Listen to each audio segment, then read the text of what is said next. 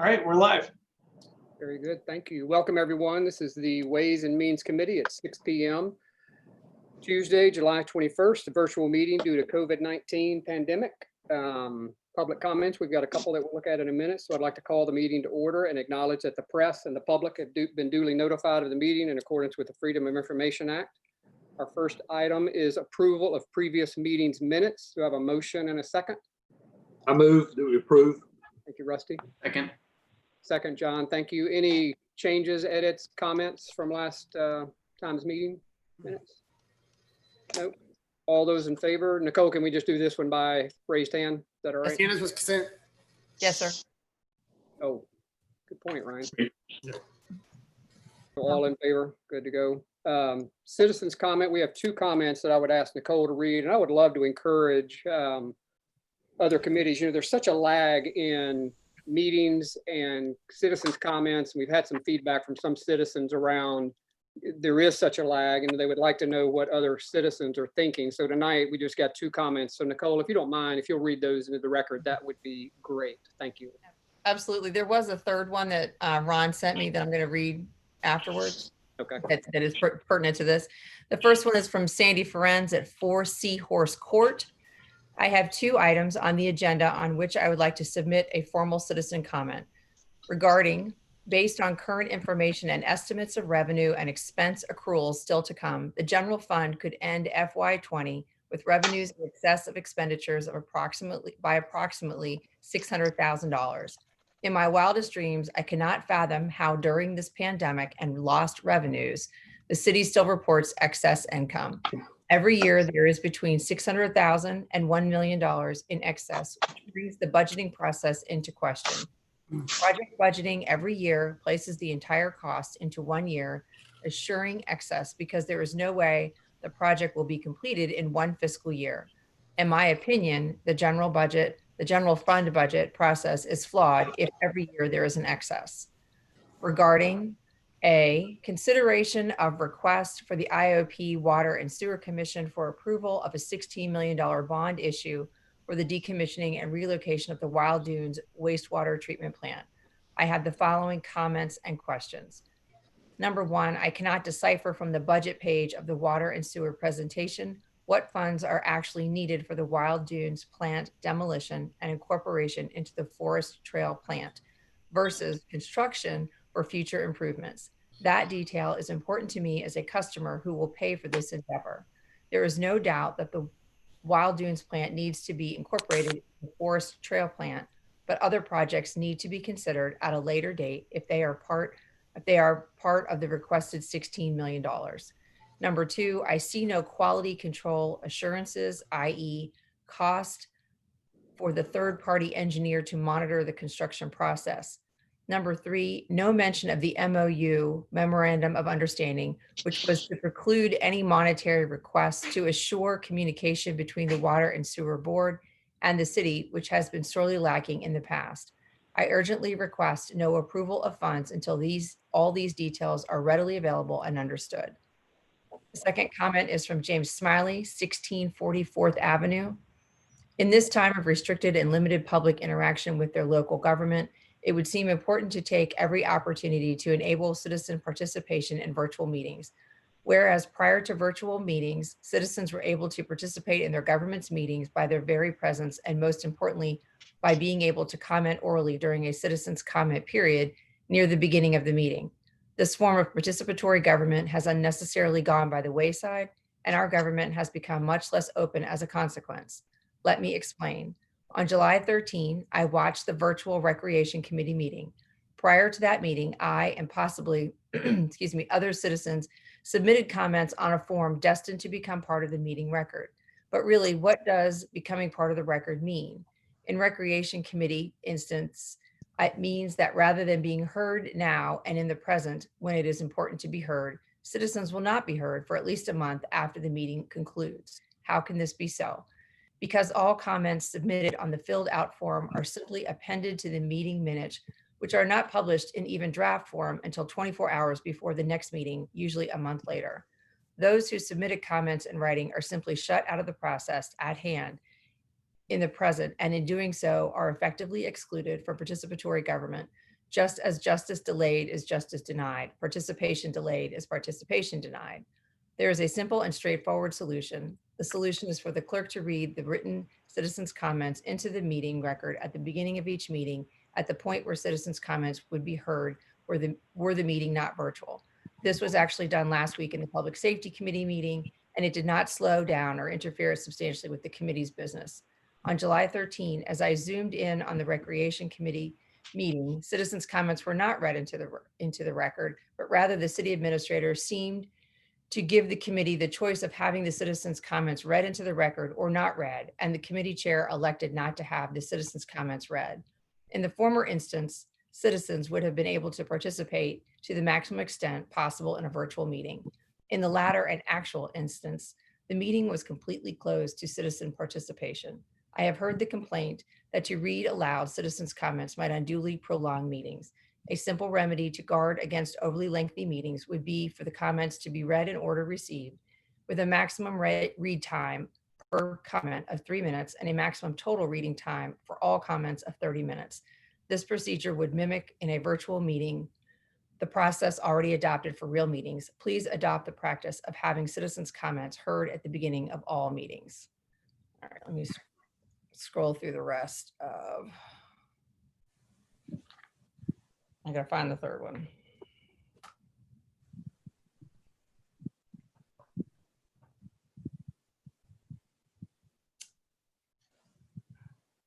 I had it. Ron, it's not showing up in my email all of a sudden. I had it open a minute Hang on ago. just a second. I'm going to resend it. You could, okay, because it's not showing up on my email now for some reason.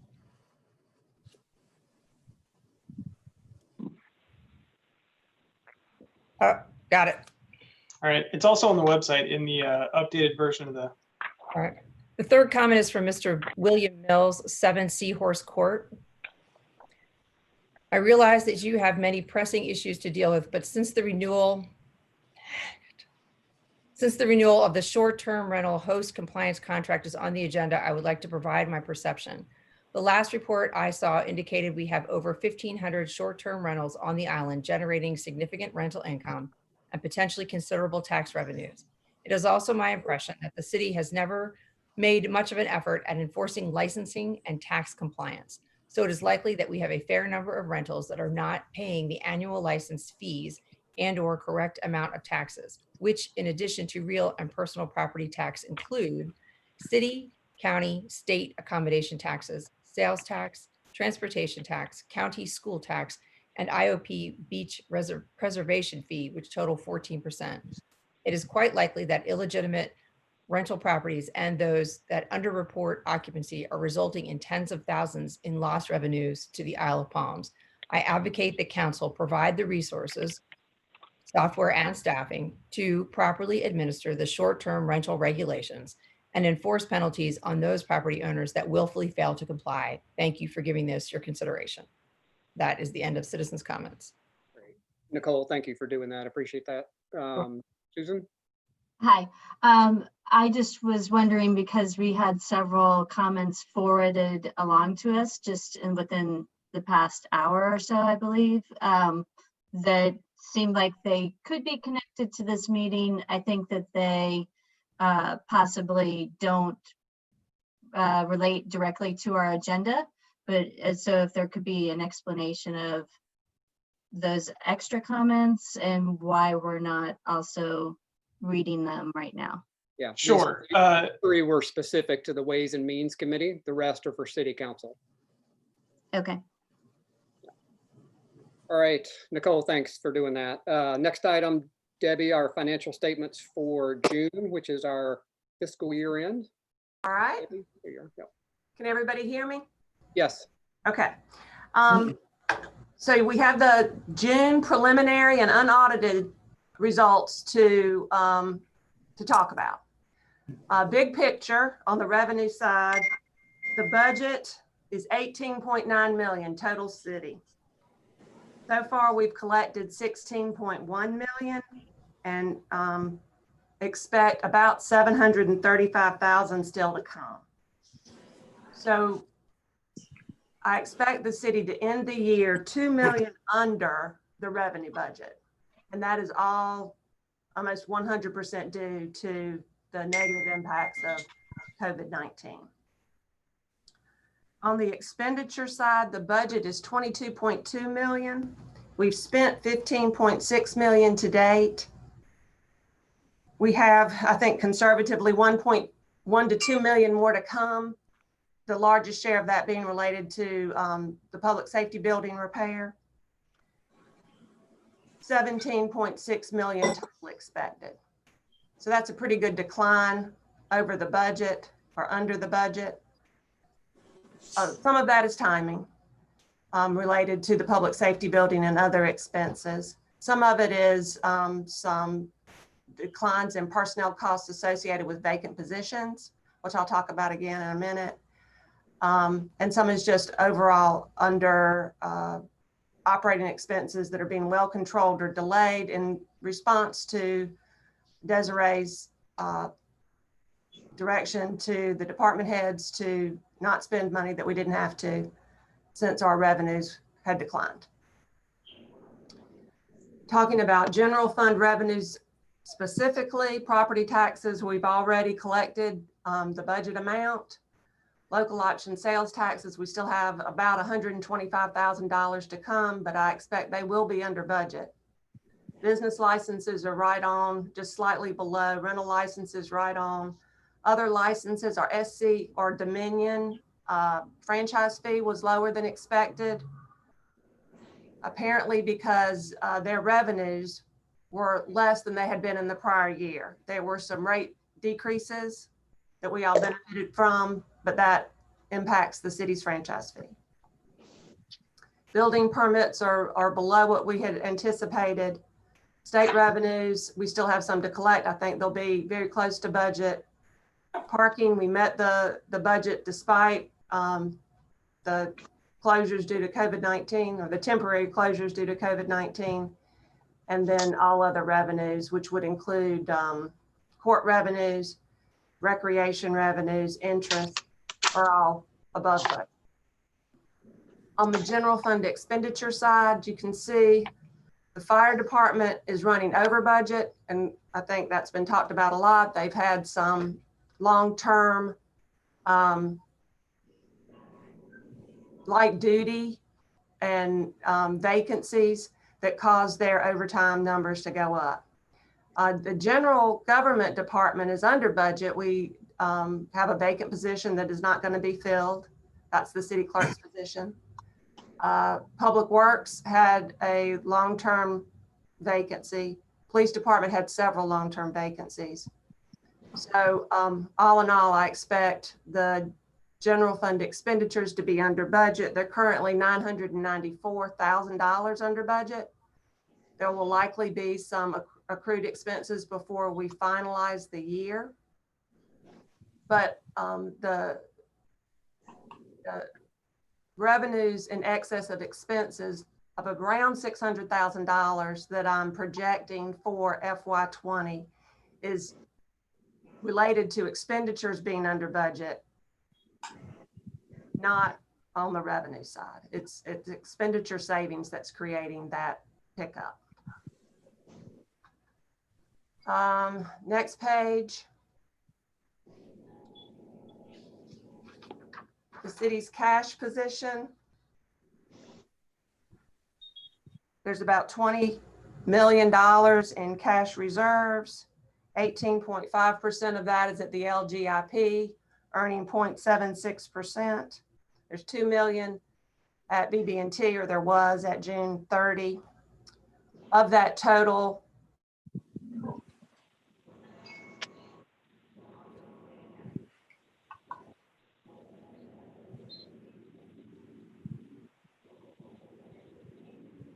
$20 million in cash, 7.3 million over the prior year. Yep. The budget indicated that we would go down in fund balances in total because of the spending that we were going to do on some major projects. But again, a lot of that spending has been either deferred, primarily deferred into next year. So next year is where we are forecasting to see fund balances decline. I think that's about it on that, unless there's any questions. Mr. Chair, Yes, sir, Mayor. Debbie, just on the general fund and looking at the COVID, here we are, brand new year. Yes, we've been hit hard, but it's not quite as hard as we were anticipating. Granted, this is the very beginning and we don't know what's coming down the pike over the next few months. Would you say that was pretty accurate? Yes, I think so far through June, the city has weathered this storm very well. We've been able to cut expenses in order to address the declines in revenue. I mean, $2 million of revenue is gone that we expected. That's a real cost and that money won't be made back. But all things considered, I think we're in pretty good shape. Thank you. Yeah, Mayor. Deb, do you have any perception, since we got an answer back from the county on ATAX money, there was a total of around 660,000 year on year that would not be there unless county took action on a pro rata basis for cities. Do we have any anticipation of how much of that money we could expect? And I know you built it into the budget previously, showing anticipated loss. Right. I don't know. The $600,000 number was a year and a half's worth of county income that they have told us not to expect. What I think their position is that when they get into next fiscal year, and if their results end up better than they expect, they will share that with the municipalities. Yeah. But I'm not. I bring this up as anticipate that so far. I just bring this up as an item when folks are talking about, area contributions to the city of Isle of Palm's budget. We are not getting from the county what typically would come from the county. So we're like everybody during COVID, we're suffering losses along the way until the county recovers the money to the amount they wish to, and then allocate beyond their goals. Correct? Correct. And Mayor, to your comment, think about when we first started forecasting, when COVID hit in March, April kind of timeframe, and Debbie, some of our first forecasts were draconian at this point, looking back. But, I think it was the right decision to do. We pulled in spending pretty hard. For any of us to be sitting here in June and looking at these numbers and the results that Debbie just ran through, there's a virtual high five all over the screen on this one. This is incredible from where we thought we might end. So Debbie, thank you for that. Do y'all want me to go through the tourism schedules? Yes. Yes, please. Ron, can you put those up?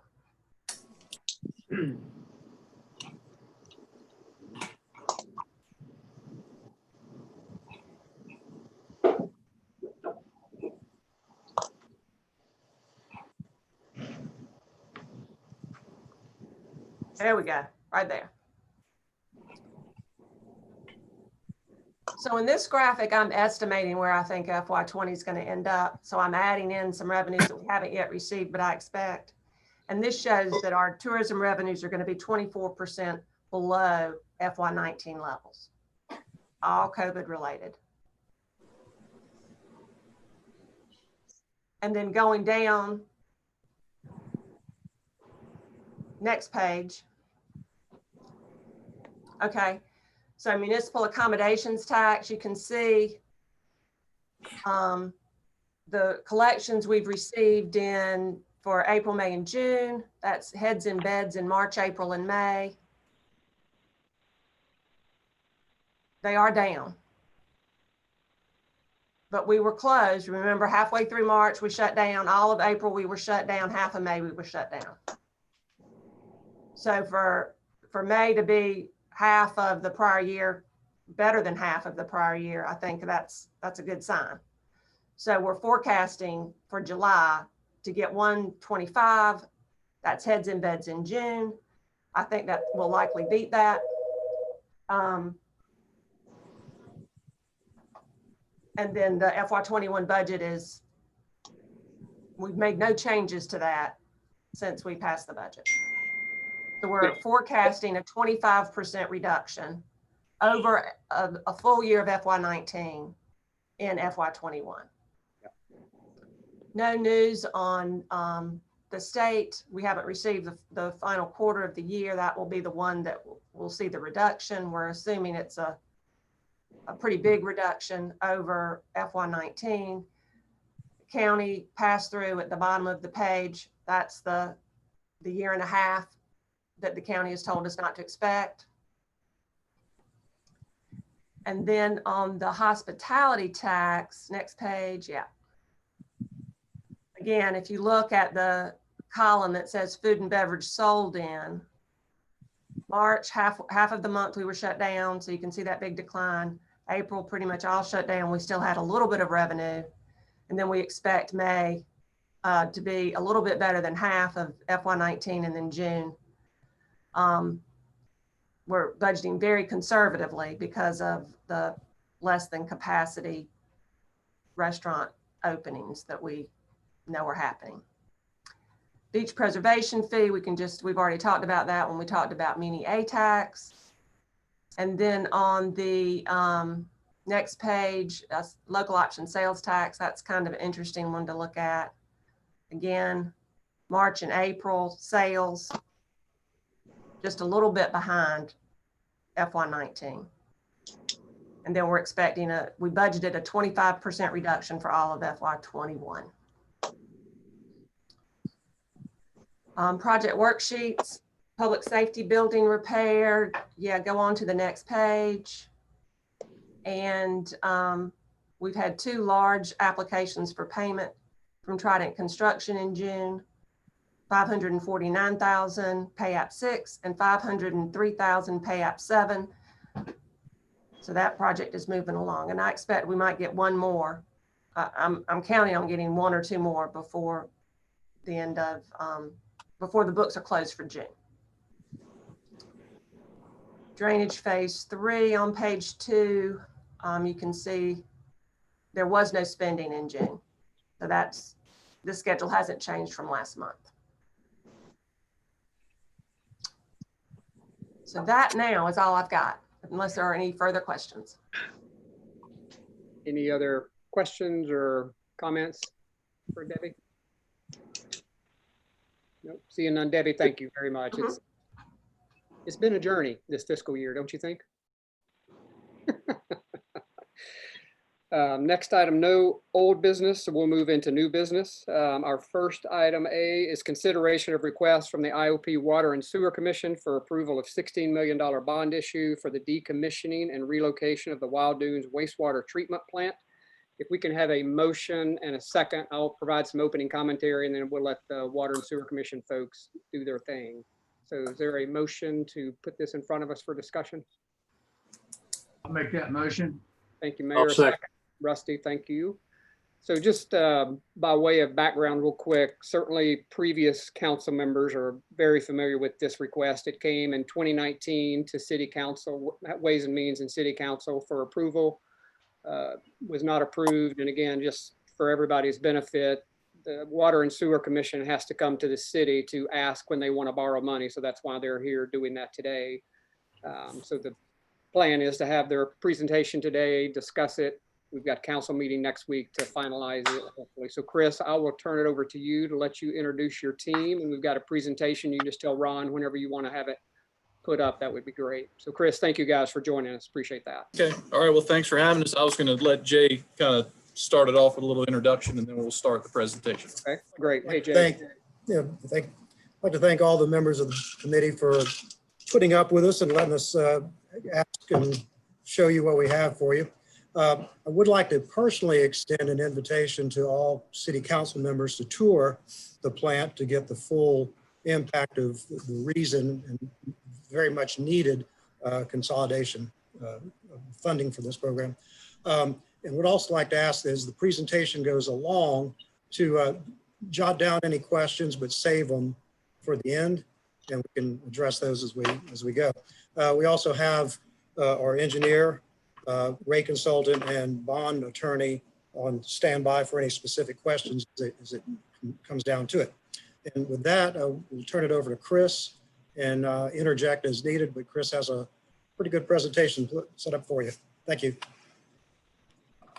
Okay. All right, Ron, I see you've already got it up for me, but yep, that's what we're here to talk about today is a request for the approval of $16 million to consolidate wastewater at the Forest Trails site. And if you can switch to the next slide, Ron. Yeah, there's a few steps in the process. First we've got to build a pump station at Wild Dunes to pump the raw wastewater from Wild Dunes to Forest Trails. Consolidate capacity at Forest Trails. Currently it's at 0.350 MGD, and we would need to take it to 1.4 MGD to service the existing capacity today that is on the Isle of Palms. And then we would decommission the Wild Dunes wastewater plant. Next slide. Series 2020 bonds. To consolidate, we need City Council to approve the request for the bond ordinance to issue the $16 million in bonds. They're revenue bonds. They're paid for solely by the revenues generated by the Water and Sewer Commission. It doesn't impact the city's credit or the taxing ability in any way. And this would be the 8th issue of bonds by the city under their existing water and sewer system ordinance. If you can go to the next slide. In June, this past June, the commission approved a rate increase effective July 1st of 2020. And they had a couple of different scenarios. I know that we had sent a copy of the rate study to Desiree, and I think she distributed it to City Council so they could review it. But basically, the average customer on the Isle of Palms uses about 6,000 gallons a month. And what they would see would be a $1.60 increase in their sewer charges.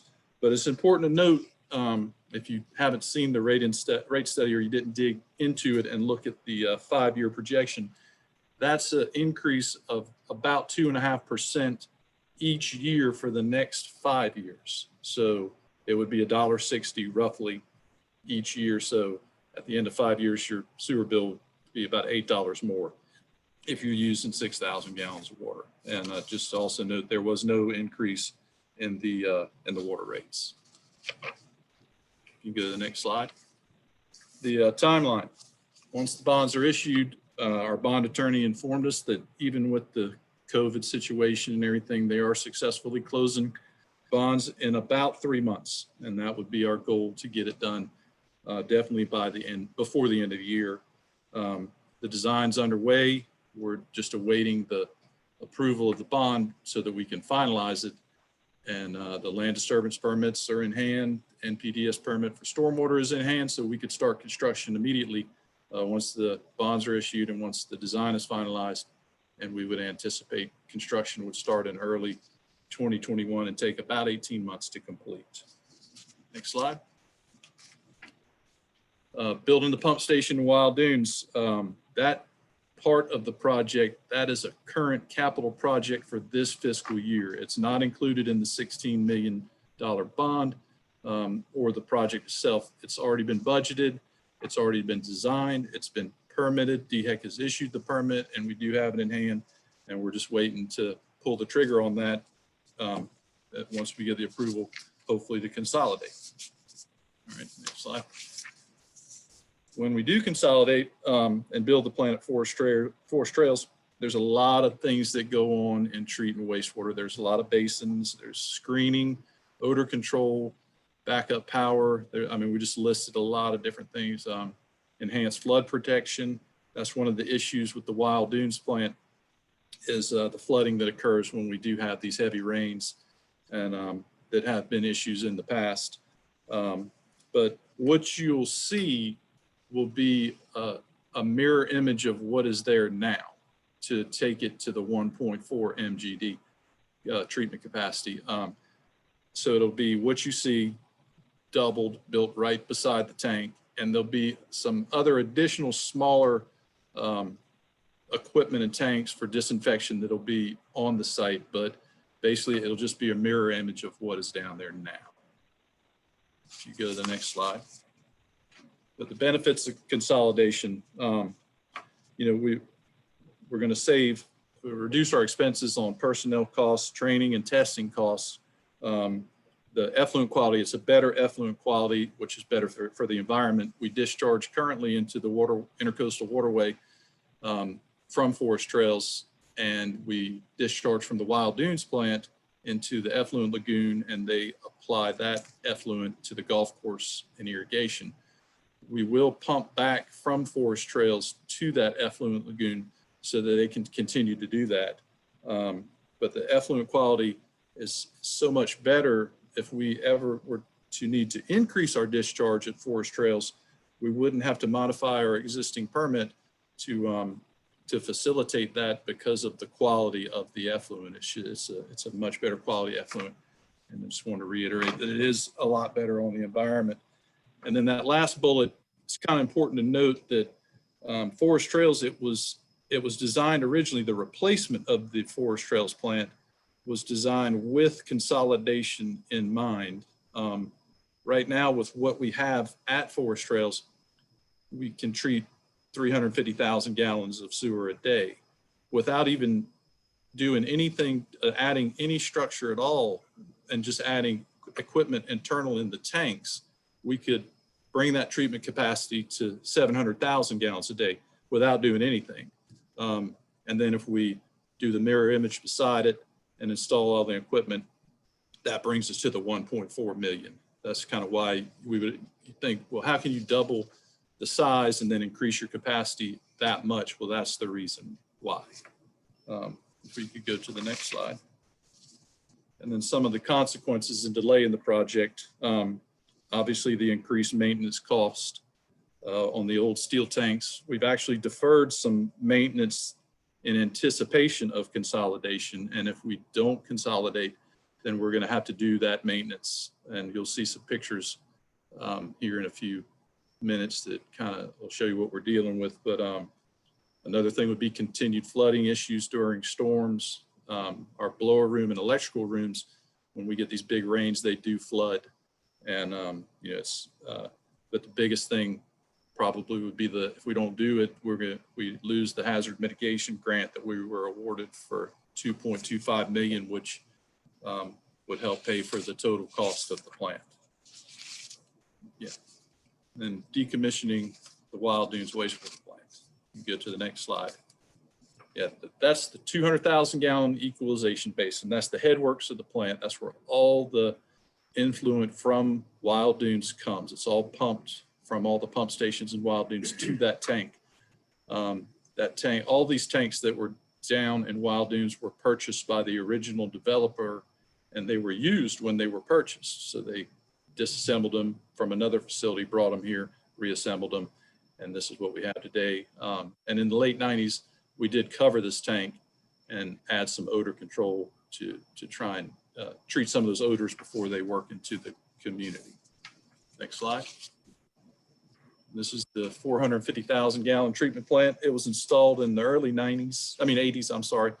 And it's a packaged treatment plant. What that means is all the treatment is done in one tank with that clarifier in the center where you see the clear water. And then the outer tanks where you see the dirty water is kind of where the biology does its work. But all the process is contained in this one tank.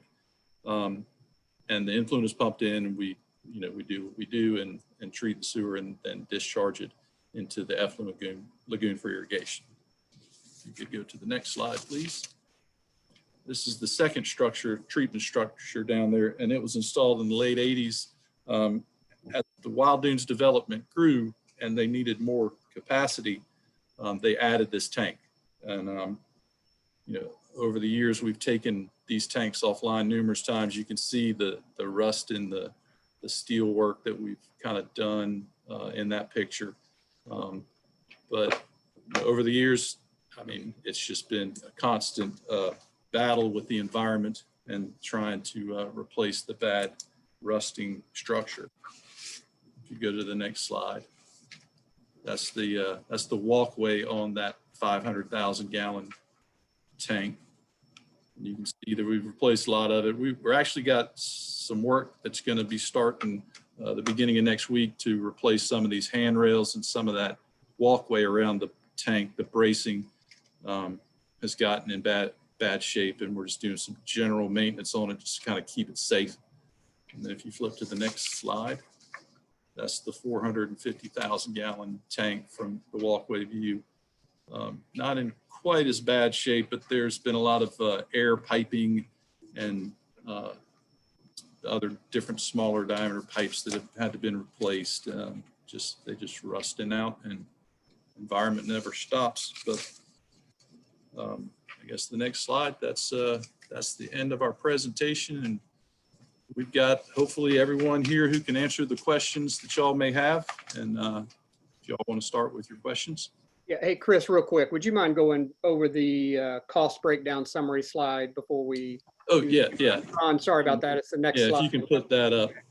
And Mayor, I'll come to you. Sorry. Thank you. Yeah, we did have that one slide that wasn't part of the presentation. Yeah, sorry about that. I sent it over to you.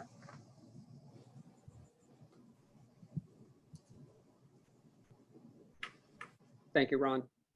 Yeah, that's the cost breakdown of just the different facets of the plant that's going to be built, just the different, the basin structure itself, the process, just electrical equipment, and just all the costs that are associated with it. But the total cost, as you can see, is almost $19 million, less the FEMA grant. Subtotal comes to $16,740,000, and then we're going to use internal funds to make up that balance, and that kind of the cost breakdown of the $16 million to consolidate at the Forest Trail site.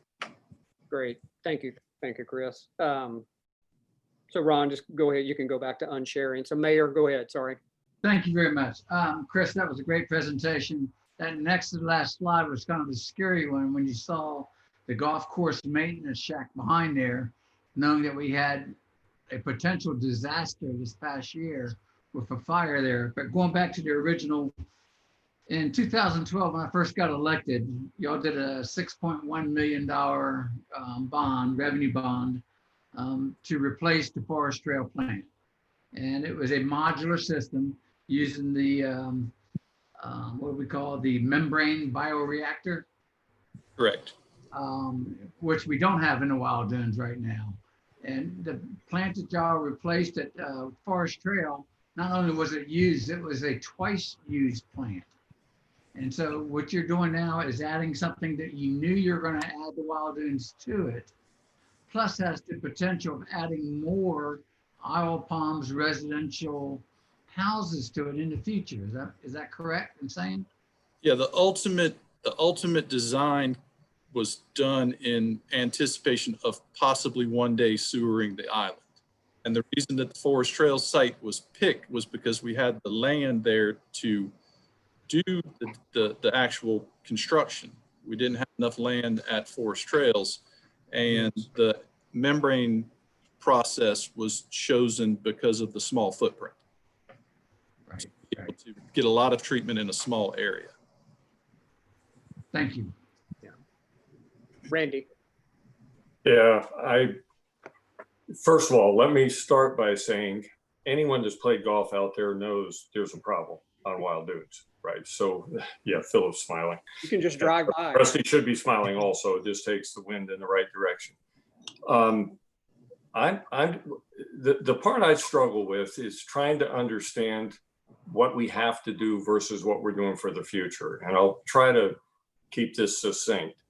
It might only be $1.60 per 6,000 gallons on increased charges, but the reality is there's a minority of people on the island that are funding in its entirety the sewer.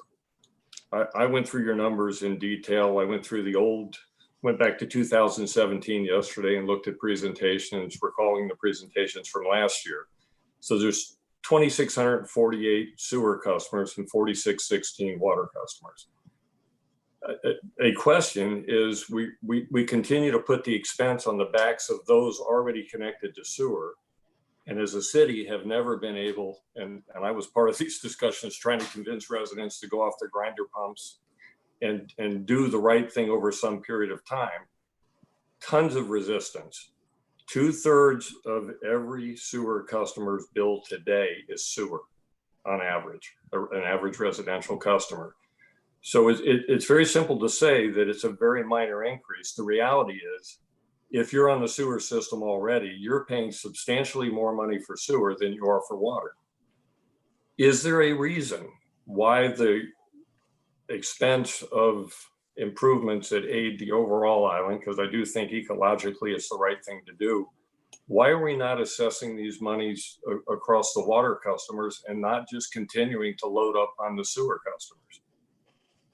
Well, sewer, I mean, we have two separate funds that, one water pays for water and sewer pays for sewer. And typically in the water and sewer industry, you don't commingle the two. Your sewer costs are your sewer costs and your water costs are your water costs. That's just. Is there any legal prohibition against doing it? And here's where I'm coming from, right? We are creating an increased disincentive for those that are not on a sewer system to continue to say, hey, I don't want to be on the sewer system.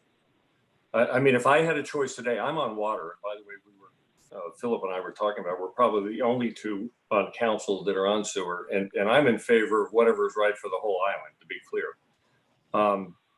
And I can afford to pay my sewer bill.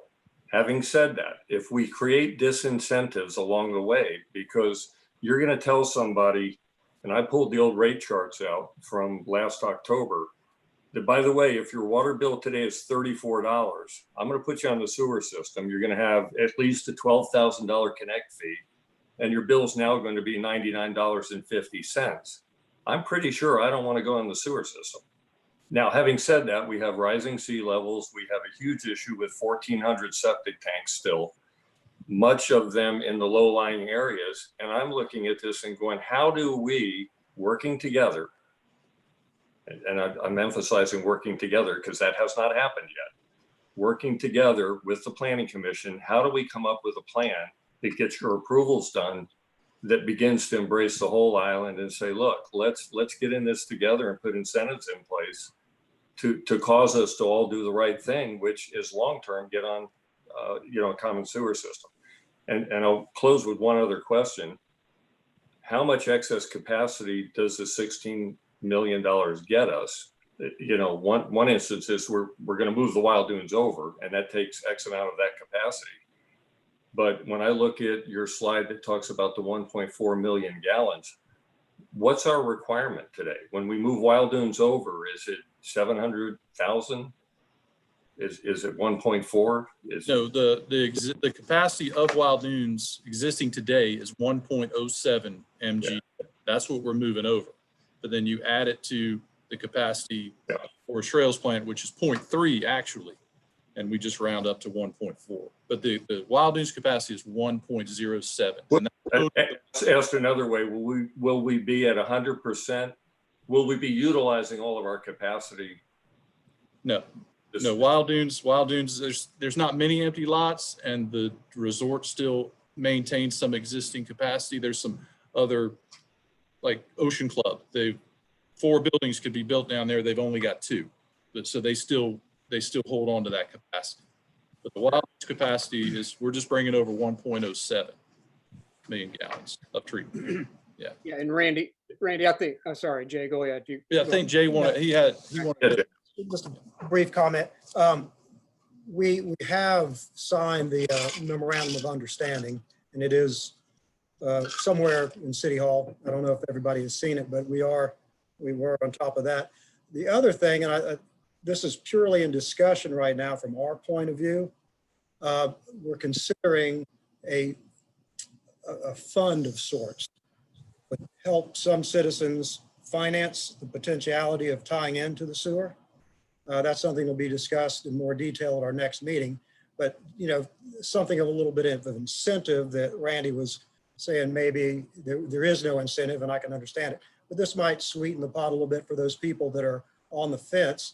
We've done a similar program on Merritt Boulevard several years ago and looked at doing it on a few other areas. But again, this yet to be established fund didn't exist. So we're hoping that that might be a little incentive to gain some more customers on the sewer side. And hey, Randy, real quick, just to your question, make sure we're apples and apples. So your question about capacity. So when we get, when they pull over the Wild Dunes plant, and Chris, correct me if I'm wrong, you know, the only extra capacity being built is not for the sewering of the rest of the island. It's for what's tagged for Wild Dunes, if you will, the additional hotel, the additional potential condos and such that they have land for.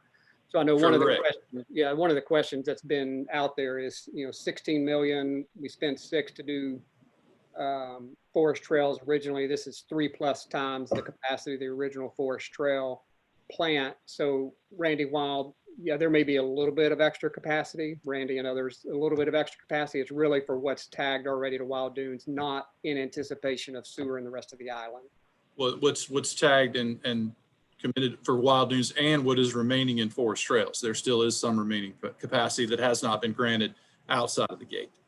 Yeah, it's not just bringing over the Wild Dunes flow. Yeah, thank you. Other questions, comments? And Chris, go ahead, Rusty. Yeah, I you know, being you on council, I just got into this basically, you know, when this came up on the agenda, and just looking at the MOU that we got over just a few hours ago, really, I think.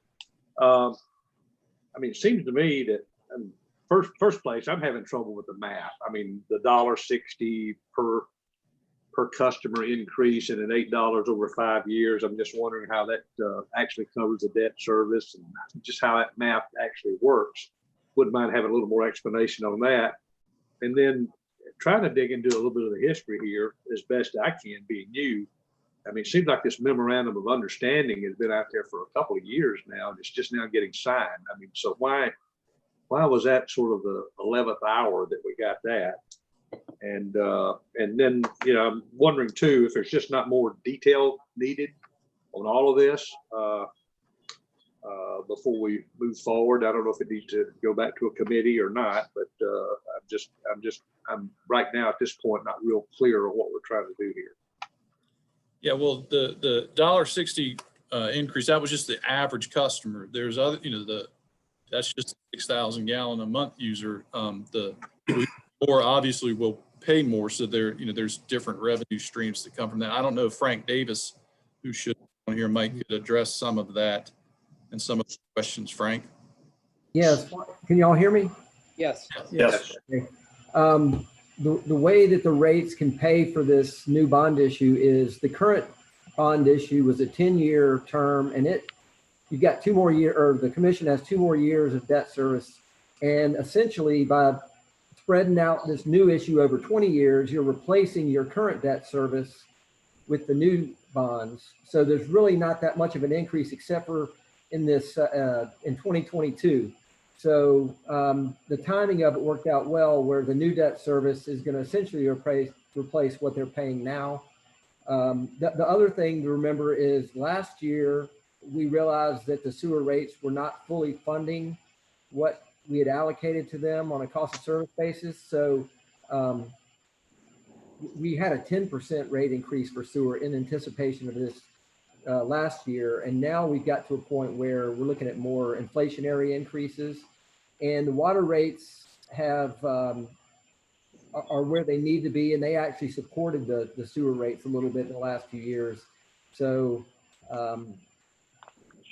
Bell, I certainly understand, you know, your thoughts on that when you've got less customers on the sewer side that are paying a lot more because you don't spread out those costs over as many customers. But that's how it would pay for the debt service. The coverage has been really strong for the commission over the past few years. We don't see that changing under the current situation.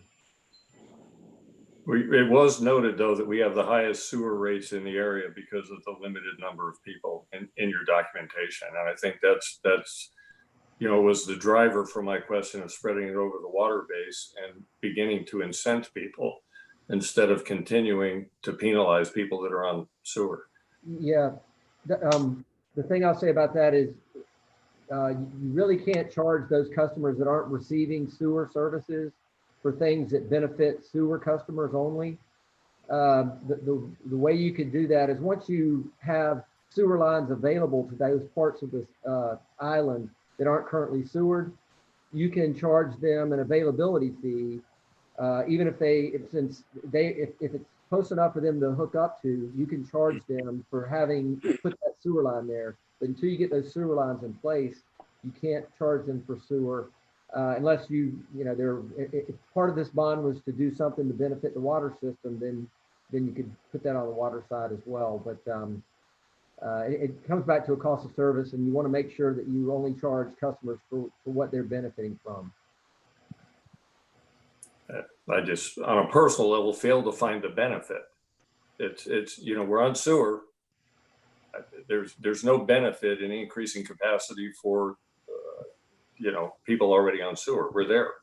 So to me, the benefit is to the entire island because it serves the ecology and an overall plan. I don't know that you define tangible benefits of being on a sewer system. If I were on septic, I'd be just as happy as I am on the sewer system. And I'm just trying to find a place in my mind that we start looking comprehensively.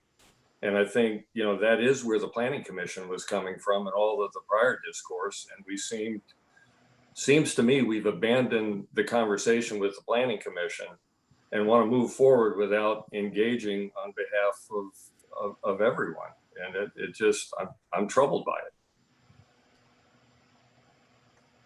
Hey, Mayor, you're on mute. Did you have a comment?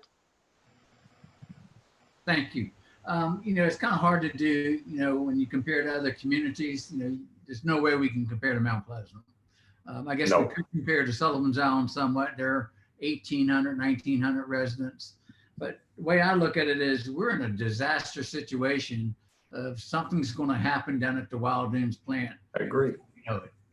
And I think we're in a situation where if we don't do something soon, the smell that you occasionally go by on your golf course, it's going to be more of a consistent smell if we don't do something in the near future, especially if we have an event such as a storm. No argument. Yeah, because I remember when Desiree called and told me that there was a fire at the wastewater plant. And we were pretty nervous over here at the Isle of Palms until the operator on call, I called him immediately. And he lives on the island. He went down there. I hate it for the golf course, but that would have been our worst nightmare if that blower building, which houses all our electrical equipment, had caught on fire. I mean, we would have been out of business. It would have been an environmental nightmare until we could get it fixed. Chris, on that same thing, we were close. If the fire department hadn't acted as quickly as it did, I think there were 2 or 3 500-gallon storage tanks of gasoline, diesel fuel, fertilizer. I mean, we were the perfect storm for a disaster down there. Yeah, it could have been really bad, but luckily they got down there, got the fire put out quick. It didn't jump over to the next building. Chief Graham, if you're out there, thank you, thank you, thank you. She's out there. Kevin Popson, not Chris and Jay, sort of housekeeping. It's back to one of the comments when we opened the meeting. As far as the demolition and Thomas and Hutton and any of those costs associated, I'm guessing that those numbers are in this budget somewhere. Yes, that's part of the demo of the old plan is part of the package, I believe. And when's your expiration date on your FEMA grant? I believe April of 2021. Mark Yotis might be on the line and he could confirm. He's giving you a thumbs up, Chris. Okay. Yeah, I believe April of 2021, unless we were to get an extension, but they have not talked about any extensions. We have to have the funds spent by then. So it's kind of a little bit of a tight timeline. Is there any possibility of getting any more than the 2.2?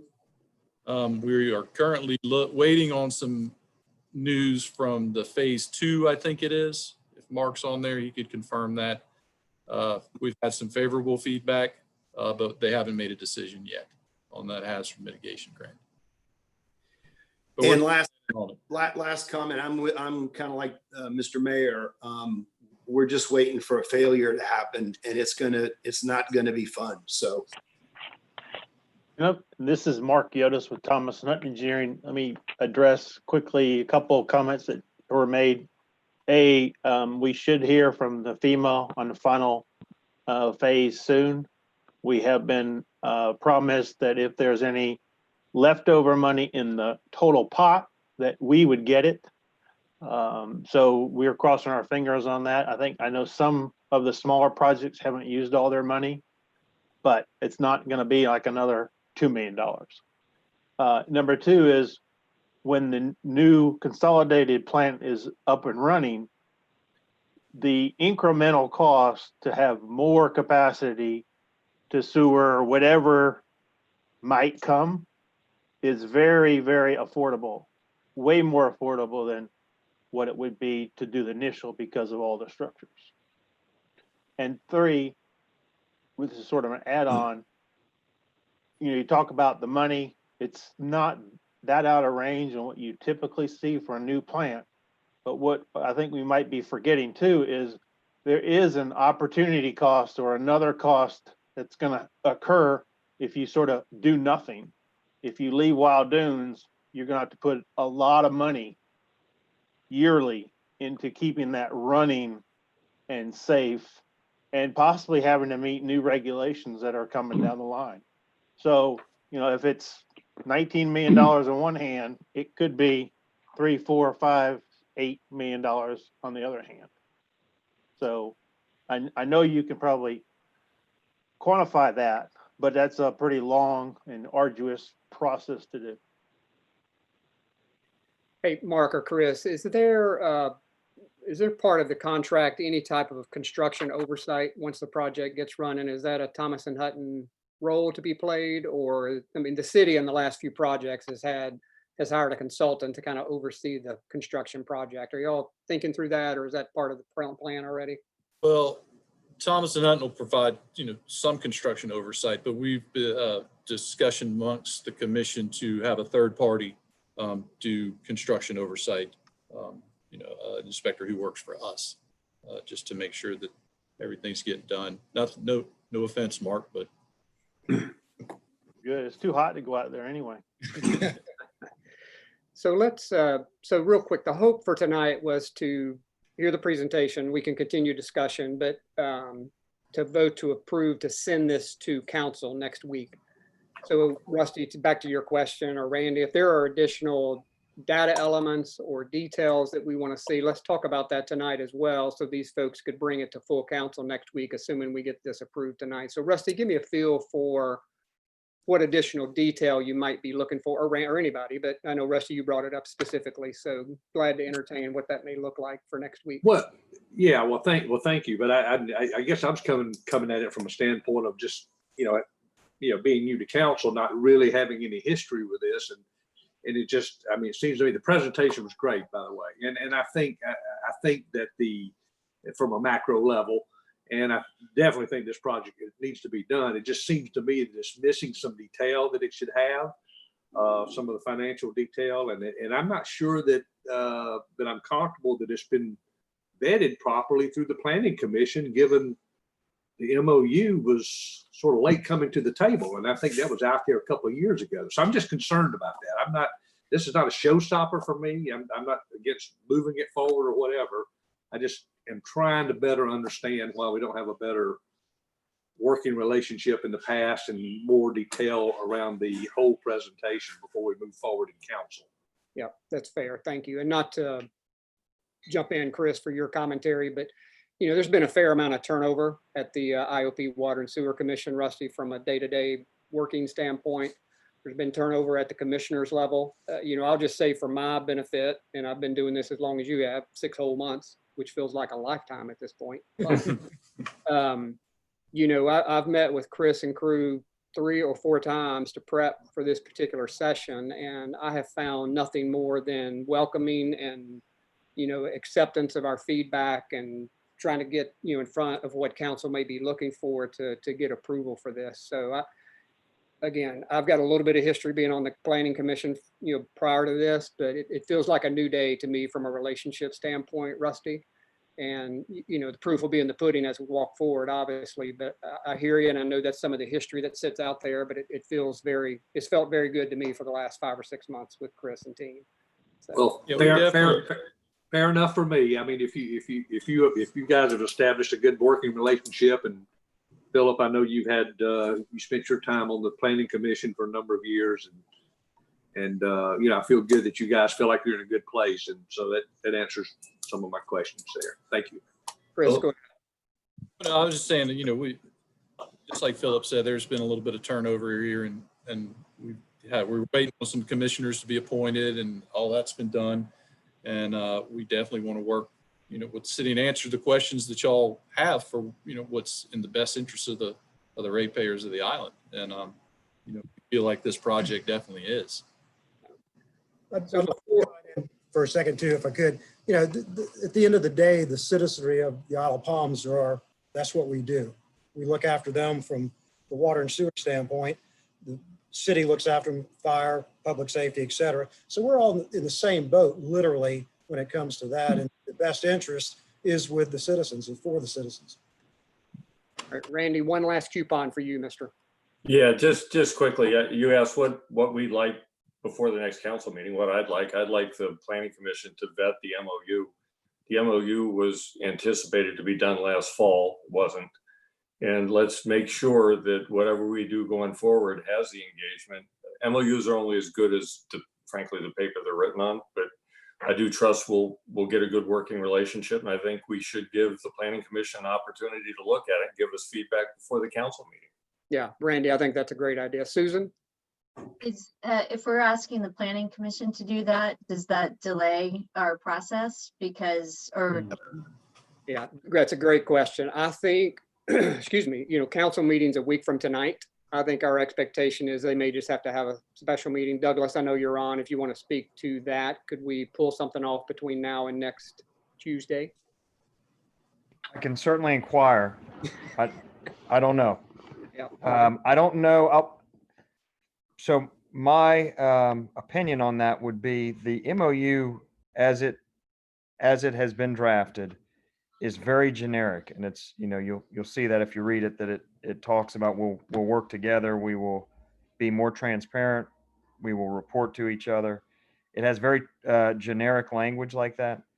There was, and I think there has been kind of an interest as to whether or not it should be more detailed, like specifics as to when reports will be done, what information will be shared. But that tact was not taken. The Planning Commission did review the MOU that the Water and Sewer Commission executed here recently, but they reviewed it 2 years ago. So I'm sure they would have input on it. But I guess the question would be, do you want to kind of start from scratch and try to come up with a detailed MOU or not? The prior tact was that we would not do that. So I don't know that we could, that's all to say, I don't know that we could give really meaningful input between now and a week from now. Yeah. We could certainly just review the generic language, and I think it would probably be polished a bit, but remain generic. We could do that, but to really get into the details would take more time than that. Yeah, and I don't disagree with that. I think it's just in the interest of time, and Susan, to your question specifically, I think we route this to the Planning Commission as it is as a document, Douglas. And if there's an Exhibit A that needs to happen to create some specificity around data sharing or projects or what, I think that's an add later personally. So I think if we can get the base document out of the way and do some addition later, I think that would be our better path. Jay, go ahead. My thought would be to send this to the full council for first reading, subject to perhaps it being more vetted by planning. And then as the second or third reading comes, that would give another month for review. Could certainly do that. Yeah, Susan, was that your question or was that? Yes, that sounds like a good plan. I don't think we should be holding this up. Clearly, we have some timetables that we need to be meeting, and I don't know that the two things have to necessarily be linked. Yeah, thank you. Nicole, let's, oh, she's walking away, sorry. Let's do a roll call vote if there are not any additional questions on this consideration, please. Absolutely. Councilmember Streetman, Well, can we restate it first? I mean, sorry. what do we, yeah. What do Yeah, we vote? so this is for consideration of a request from the IOP Water and Sewer Commission for approval of $16 million bond issue for the decommissioning and relocation of the Wild Dunes wastewater treatment plant. And again, all your vote is tonight is to approve to send it to council next week. Aye. okay, Councilmember Popson, Aye. Councilmember Moy, Aye. Councilmember Ward. You're on mute. It looked like an aye. I know. Aye. Thank you. Councilmember Buchanan. Councilmember, thank you. Councilmember Bell, Aye. Mayor Carroll. You're on mute. Aye. Thank you. Councilmember Smith, Aye. Chair Pounds, Aye. all in favor? Great, thank you. IOP Water Sewer Commission folks, thank you very much. We'll follow up Chris, Desiree and or Ron with requirements for next week's presentation. Is that fair? Hey, thank you. Yes, thank you all very much. Randy, Hey, Philip, just quickly, who do we contact? I'm happy to do a tour, by the way. Same here. Chris, Yeah, Chris contact Jordan. Randy, yeah, Chris Jordan, just call over here at the office whenever anyone's ready. We will. Can we find a cool day? Yeah, Randy, wait till the heat index is about 110. Yeah. That'll be good. Randy, I have an extra razor. Yeah, thank you, Jay. Mayor, Mr. Chairman, that was a great comment. Please, everybody go over and take a look. I think that will really help make a decision. it's eye-opening for sure. Thank you. Thanks, Chris. Thank you and team. Very Thanks, much appreciate it. Thank you all very much. Yep. Yeah, Have a good thank evening. you. Douglas, I hope you stayed on. This next one's for you too, if you want to give any commentary. Consideration of renewal of a contract with, is it Granicus? Am I saying that right? For That's the correct. short-term It's rental Granicus. helper software, and you've got a draft in your package. This software is coming up for renewal in October. So Douglas is getting ahead of the game. Thank you, Douglas, for doing that. So any commentary you want to provide, Douglas? The only thing, well, I'll say a few things. First of all, this is the company that kind of forewarned us that they were going to give us a deal the first year of, I think it was 13.5 the first year, but they forewarned us it was going to be more in the neighborhood of 50,000 the second year. It took us a while to get it fully operational, like 6 months, to get our database to talk to their software. So we've really only had the benefit of it for maybe 3 or 4 months. So they've given us this discounted, what I would call a discounted rate. Maybe I'm a sucker for a sales pitch, but it's being offered for 15,000 roughly. And I think that it's a good value at that point. I don't think it was really a good value at 50,000. Just for the benefit of the discussion, the software, after we mashed our database with their database, it identified roughly 140 potential violations, sent out letters to those 140 properties. About 50 of them came back as just misidentified, or an owner had not, it was up there but had never been rented. So various things. And then we took in, it basically caught about 40 licenses. When you total up those 40 licenses, it's in the vicinity of $25,000. And I want to say about 6 of that was late fees or penalties. So, it certainly paid for itself. It's not a huge windfall financially, but at the rate that they're offering it to us, it paid for itself. And we think that there's still about 40 more that we either didn't hear from. There's 40 more out there that we suspect are probably still trying to fly under the radar, even though they've gotten their first enforcement letter. Great. Thank you, Douglas. And I failed to get a motion for this. So can we have a motion for consideration of renewal of our contract with Granicus for the short-term rental helper software? So moved. Thank you. Second? Second. Thank you, Kevin. Any other discussion or questions for Douglas? Just a quick comment. This came from real property actually almost 2 years ago.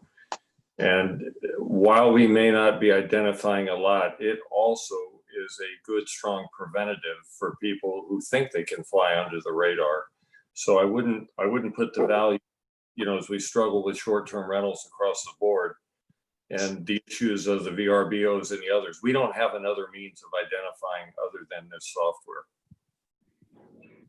Good point, Randy. Yeah. All right, Nicole, you want to do a roll call real quick on this one? Absolutely. Councilmember Bell, Aye. Councilmember Buchanan. Aye. Thank you. Councilmember Ward. I see your lips saying aye. Thank you. Councilmember Moy. Aye. Councilmember Smith. Aye. Councilmember Streetman. Aye. Councilmember Popson. Aye. Mayor Carroll. Aye. Chair Pounds. Aye. All in favor? Great, thank you. Douglas, thank you for staying on and doing that. Next one, item C, is consideration of engaging First Tryon as financial advisor to guide and assist with the proposed debt issues related to Phase 3 drainage and marina dock rehabilitation projects. If I can have a motion in a second, I'll give you some background here. I'll make a motion. Thank you, Susan. Second. Second. Second, Rusty, thank you. You guys and all will hopefully remember, we talked about this through some of the workshops. And last month, I believe in Ways and Means, that we were looking to engage a financial advisor to help us with the issuance of bonds on the marina and Phase 3 drainage. We've got a contract in your package from First Tryon Advisors, one of the advisors that we had interviewed, and Debbie and Desiree and I have talked to on a couple of different occasions. We've got about $15,000 in the budget for this particular line item, and these folks will more than pay for themselves, either through terms or rates or lenders or multitude of ways. So the contract in your package doesn't have fees filled out at this point. This is just a sample contract from them. We have not defined their scope fully on what we want them to do with regard to this bond, these two bond issues that we have coming up. But again, I think it's very smart money to engage a firm like this. And these folks come highly recommended. IOP Water and Sewer folks have used them, along with numerous municipalities in North and South Carolina. Debbie, anything you want to add to that? You're on mute if you do. No, nothing to add. Quick question. Yep. Was this the result of an RFP? No, we did. Susan, we talked to our banker and two different financial advisors, just on a personal individual level, that we had conversations with and had them make presentations to us. It's a pretty narrow field that play in this arena from a financial advisor to municipalities. So there was not a full blown RFP, but there were, presentations and understanding of scope of services and such. Debbie, anything you would add to that or not? No. Okay. I thought that we were trying to do an RFP. I know that other council members have voiced feelings about that. It's not actually my issue so much, but I didn't know where the latitude is of when we're not going to employ that. Yeah, Ron, I don't know if you have comment on I know it's not required, Susan, as you well know. This one to me feels there were so few players in this industry that it felt like, not that this is a reason not to do it, Susan, I'm not trying to justify what we've done, but it's just such a narrow field, and there are really two players that probably control about 80% of the market in North and South Carolina, and these First Tryon is one of them. So it didn't, based on the market share and what we looked at from other providers, it just didn't feel like it was worth our time and energy personally to go out to do a full-blown RFP as opposed to just kind of a finalist presentation on the top 2 players. Okay, thank you. Yeah. Ron, anything you want to add to that from a required standpoint or? Not at this time. Okay. Susan, I hope that answered. John? You might not be able to answer this, Philip, so this might be directed more towards Debbie. We had a presentation, I believe it was a little over a year ago, from another advisory group. Is this the same group? Same one. Okay. For what it's worth, to your comments, Philip, I was severely underwhelmed with the presentation that they made to council the last time they visited us. I'm not exactly not having an amount here and knowing that what they presented to us last time, to me, left me with a lot of doubts and not a lot of confidence in them. I would veer towards the direction that Councilmember Smith was taking, that we also, to her points, I think we've been very adamant about wanting to be consistent in the way that we treat contracts of a certain value. And not knowing what the value of this may be, if it's under the threshold, then that's one thing. But if it's of significant value, irrespective of what I thought of them when they first presented, I think we should try to follow that consistency. And I understand there are exceptions, and we've acknowledged that in the past. But I'll stand by the fact that I have a low degree of confidence in this group based on what I've seen from them previously. Yeah, and John, just real quick, the contract will be 15,000 or less. So Debbie, did you have comment on? I just wanted to clarify that when the presentation was heard about a year ago, it was kind of centered around this high-powered Excel spreadsheet that was going to help analyze different scenarios and help with budgeting.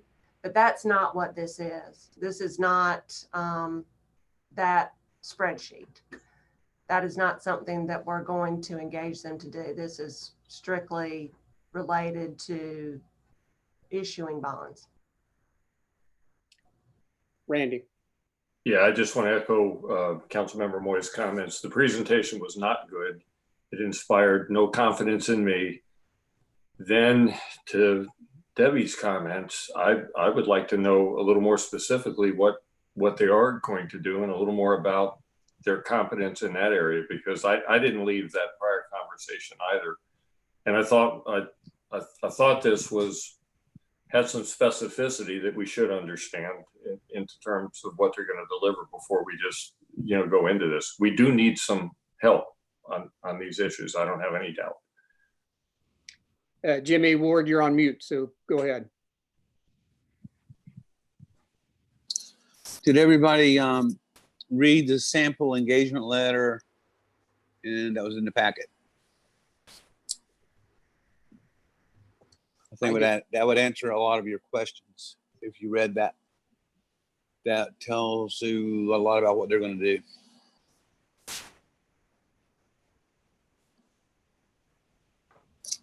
Other questions, comments, thoughts? Kevin Popson. Is there a way of getting them in front of us for another presentation? Certainly could. I mean, again, I'll just tell you, this firm and one other firm literally controls about 80% of the market. And this one, for this specific line of services, felt much better than the other one did for me and Debbie and Desiree. But Kevin, we certainly can. If that's something this council would like to see, is a full presentation from these folks. Susan shaking a yes. Yes, I think that might make us all feel better about it before moving forward. Yeah, well, and John, particularly with your comments on, because I obviously didn't see them before, and I know it was for different services, so we can certainly do that. So Mr. Chairman, go ahead. And we're not expecting this to trigger the RFP, or you're expecting it to be lower than that? lower than, And then I'm just saying because we don't know what the cost or. yeah, I mean, we're fully expecting this to be 15,000 or less, Ryan, which is what we have in the budget for this particular piece. So, you know, to me, I really do not think an RFP is worth our time, energy, or effort, given the two players that sit out there. I would like to take a swing at the bat first to let these folks come in front of council and let them get your confidence level up. And if they don't, then we'll pick a different path. But I think that's Susan, a great idea. okay, Susan. So I'll remove my motion and just ask that we have a presentation. Do we need to have a motion on that? I don't know. Nicole, how would you want to? You can certainly just vote against it. You don't have to vote in favor of it. And then it just goes back to, then someone can say, I'd just like to see a presentation. And if the vote swings it in the direction where it's not approved, then that's what the answer is. Or can I just remove the motion? Yes. I'll just remove the motion. And who had the second? Randy, did you have the second? Councilmember Streetman. Streetman, sorry. Rusty, you want to remove your second? I removed the second, yes. All right, Mayor, go ahead. Mr. May we put this on next week's agenda? That way we can go ahead and get that confidence and get it going. Yes, sir. So Debbie, we'll see if we can pull this off for next week. Jimmy Ward, did you have a question or comment? Nope. All right, so Nicole, we don't need to take action since we've had the motion taken off the table, right? Yes, sir. Thank you. Next item you've got in your packet, consideration of engaging Hainsworth Sinkler Bond as real estate attorney to assist in the development of the Marina restaurant lease document. Can we have a second and a motion and a second, and then we'll have some discussion? Motion to approve. Thank you, John. Second. Thank you, Randy. Debbie, I don't know, or Julia, she just popped in. I think this again will be money very well spent as we get close to the end game on negotiating this lease agreement. You know, everything so far has been mostly financial, but we need to get into the legalese pretty quick. So Julia, anything you want to add to that? Sure. Hainsworth has a history of working with municipalities in this area. I reached out to them based on a recommendation from several other lawyers who've worked with municipalities in this situation. I spoke with Mac McQuillan. He's offered to give us an associate rate of $250 an hour to negotiate this lease and the terms. I feel very confident they would do a good job. If you guys are uncomfortable with that, want to cap it at a certain figure, you're more than welcome to do that as well. They can come back to us if they reach a certain amount, but overall, I think it would be a good fit for us. Yeah, and again, I just think money very well spent on this topic. So other questions? Kevin, pop them. Julia, any idea how long it would take, how many hours or how long it would take them to do this lease? Any idea? I guess it really depends if we're going to draft it or if the tenants want to take the first stab at the draft and we negotiate from there. Honestly, I mean, if we're going to draft this lease, I would say 10 to 25 hours at most to get through the entire process. But that's just me spitballing, guys. I can certainly get a better estimate from the actual lawyers that we're contemplating right now, for sure. Is there a chance to get a not to exceed price? I mean, we can certainly do that and have them come back to us if they're about to hit a certain mark. That's always an option for you guys. It's totally at your call. Mayor? Yes, sir. We also have a real estate expert who we've hired to help us. Part of their jobs are helping put leases together. So I think between Hainsworth and John and Julia, I think we could probably do this without doing 20, 25 hours. John, do you agree with that? Yeah, I mean, obviously it's going to depend on, we're obviously getting a little ahead of ourselves because we don't have a deal yet, but I do think that I would like to see them draft the lease. It's probably in the city's best interest if I'm choosing. It depends on how much back and forth there is. Like, we'd like to think that we've negotiated a lot of the terms. Legalese it gets into a little minutia that gets a little beyond my control and expertise. But John, you don't recognize this proactivity on behalf of the city. That's what you're saying, isn't it? I do recognize I don't think all proactivity I can get. It really just depends on, if there's some real sticking points that require some real discussions with the other side's attorneys and whatnot. 25 hours seems like a lot of time to me to review this lease. Again, well, the reality is we can't afford any more bad leases, and capping the hours would not be in the best interest when we're looking at a 25-year lease. We've got to get this one right. I would agree. Other questions, comments, thoughts? Nicole, let's do a roll call vote, please. Absolutely. Councilmember Streetman, Aye. Councilmember Popson, Aye. Councilmember Smith, Aye. Councilmember Moy, Aye. Councilmember Bell, Aye. Councilmember Buchanan, Aye. Councilmember Ward, Mayor Carroll, Aye. Chair Pounds, Aye. all in favor? Great, thank you. Thank you, Julia and John. Item E is consideration of a change order in the amount of $66,500 to Applied Technology Management contract for additional services related to the Marina Dock Rehabilitation Project, water, wastewater permitting, pump out grant application, and construction administration services. So again, if we can have a motion and a second, I'll give you a little bit more background from what's in your package. I'll make a motion to approve. Thank you. Second. Rusty, thank you. So you've got in your package the proposed services. Again, it's $66,500 with the large bulk of that, about $55,000 being for oversight once we start the construction project.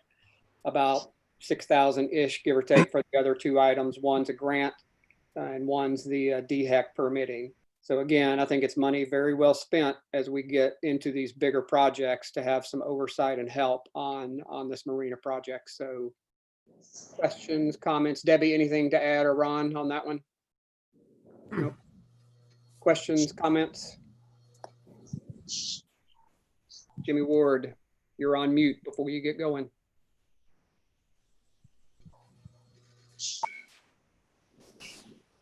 Is this in the budget? Yes. Yeah. Thank you. Yes, sir. Other questions? Nicole, roll call vote, please. Absolutely. Councilmember Ward,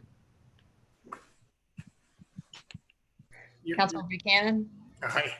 Councilmember Bell, Aye. Councilmember Moy, Aye.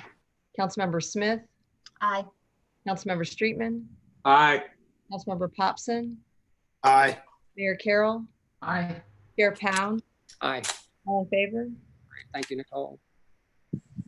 Item F, discussion of Dominion Energy's non-standard service fund and discussion of development of a cutting agreement between the city and Dominion ahead of the next tree trimming cycle. This is not a vote coming up, but just by way of background real quick. Mayor, I know you've had a couple of conversations and meetings with the Stop Dominion crowd. Desiree has as well. We've exchanged some email traffic.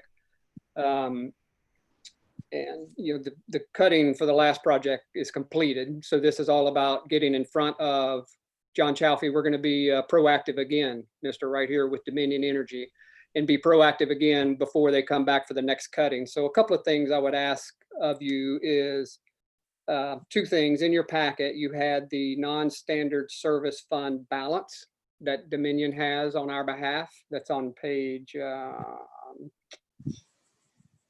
the last two pages of the packet that you have. So you can see about 300-ish thousand for Dominion, about 300-ish thousand for us. So not a huge amount of money when you talk about doing some type of big strategic electrical project. So what I would ask are two things. One, and Mayor, we can talk about this for next week's council meeting as well. I'd love to let the Public Works Committee kind of take this and run with it as far as working out a strategy and kind of a game plan, if you will, with Dominion with regard to a tree cutting agreement and how to use this money that is set aside in this non-standard service fund. So if everyone's agreeable to that, we'll just assign this to the Public Works Committee and come back to council with a plan. Does that seem agreeable? The last page in your Mr. pack. Chair, if I may, on that. Yes, sir. Real quick. And I think what we need to do with that is, try to find ways to start undergrounding, utilize that, $600,000 that's in the pocket there, to start undergrounding the infrastructure where we can and where it's easily accessible. But as well as when the council decided to raise the taxes from 3% to 5% on the residents, is if we can go ahead and try to find a way to dedicate some of those funds, either 2% or 1% of that fund to continuous undergrounding. I think that's something that we need to look long term into recognizing that problem. Yeah, thank you, Ryan. And that's much better said than I did, because I think the follow-up work from the Public Works Committee needs to be exactly that strategy around where do you start.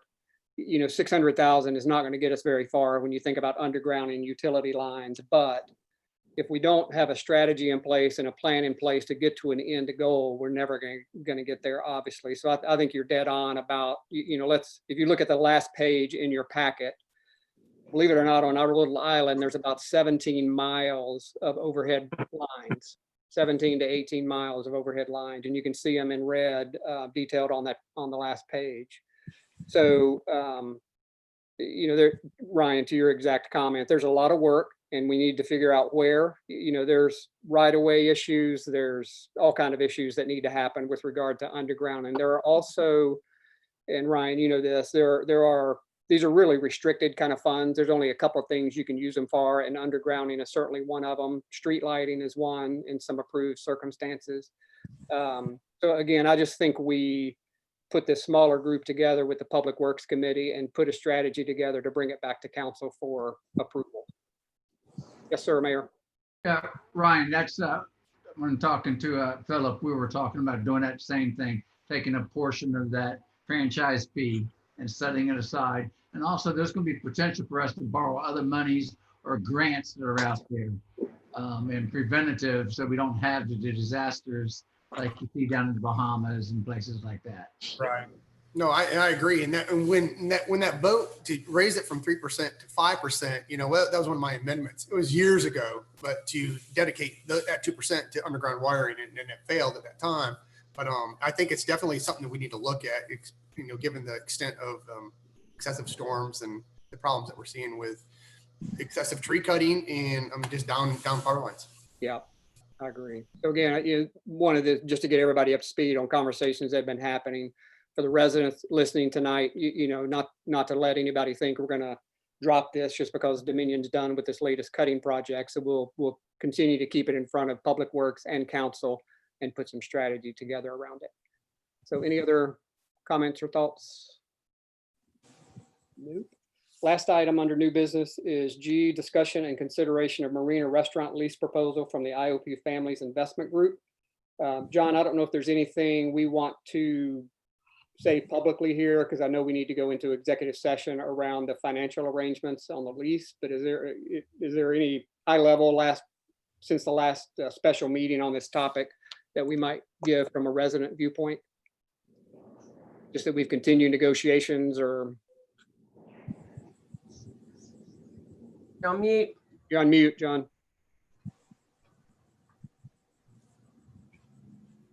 Sorry about that. Sorry. Yeah, so no, since the last time we kind of huddled up, we've had some good negotiating sessions with the families group.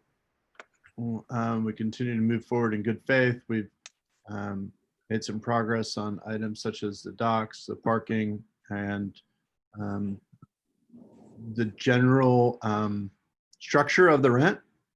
And so we don't have an agreement in place yet, but we hoping to continue those conversations. And I will say that through efforts of Desiree and Debbie and others, we've been able to move the needle, I think, in the last 10 days more than I think we had hoped at some point. Yeah. Thank you, John. I didn't mean to put you on the spot, but I felt like we Nope, need to go no the problem. residents, the residents some commentary before we headed into For sure. executive session. Debbie, anything you want to add to that? No. You good? Okay. So miscellaneous business, our next meeting is Tuesday, August 18th at 6 p.m. Our last item is the need to go into executive session to discuss this in accordance with section 30-4-70 of the Freedom of Information Act for discussion of contractual negotiations related to the marina restaurant lease proposal and receive legal advice. Upon returning to open session, the committee may take action on matters discussed in executive session. So would I have a motion? So moved. Second? Second. Nicole, just pick one. Everybody and everybody. Yes, that's fine. Yeah, and you want to roll call this one or? By unanimous consent, we go into executive session. Very good. Off Fair. record at 7:36. All right, so for council or for Ways and Means and John and everyone else, leave this session, go to the executive session connectivity. And for residents, we'll come back to this session once we leave executive session and wrap up. All right, thank you.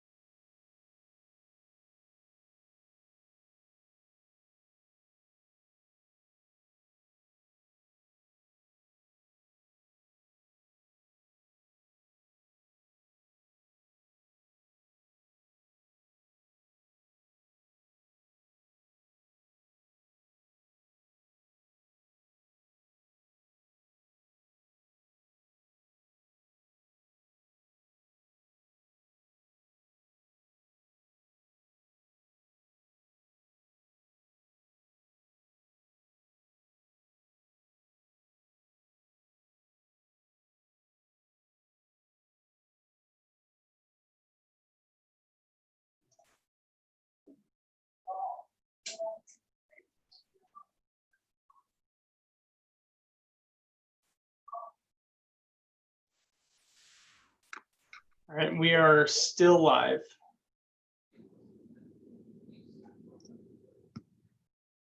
Ron, can you stop sharing screen there? Please? Yep. There's always a please and I'm not involved. You know. Wow. There we go. All right, everybody's back in. We are 8:36 coming back in out of executive session. No decisions were made.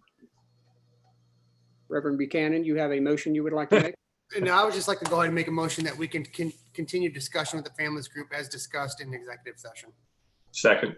Second, thank you. All those, I'll do a roll call. But Ron, you want to do a roll call or you want me to do it real quick? I would like to make a unanimous consent vote. There we go. I'm good. Good. That just means anybody in opposition, just raise your hand. Yep. Okay. Very good. Last item is an adjournment motion. Motion to adjourn. Second. Second. Everybody in favor? Aye. Good work, folks. Good night. 8:37. 8:37. Good work. Thank you all.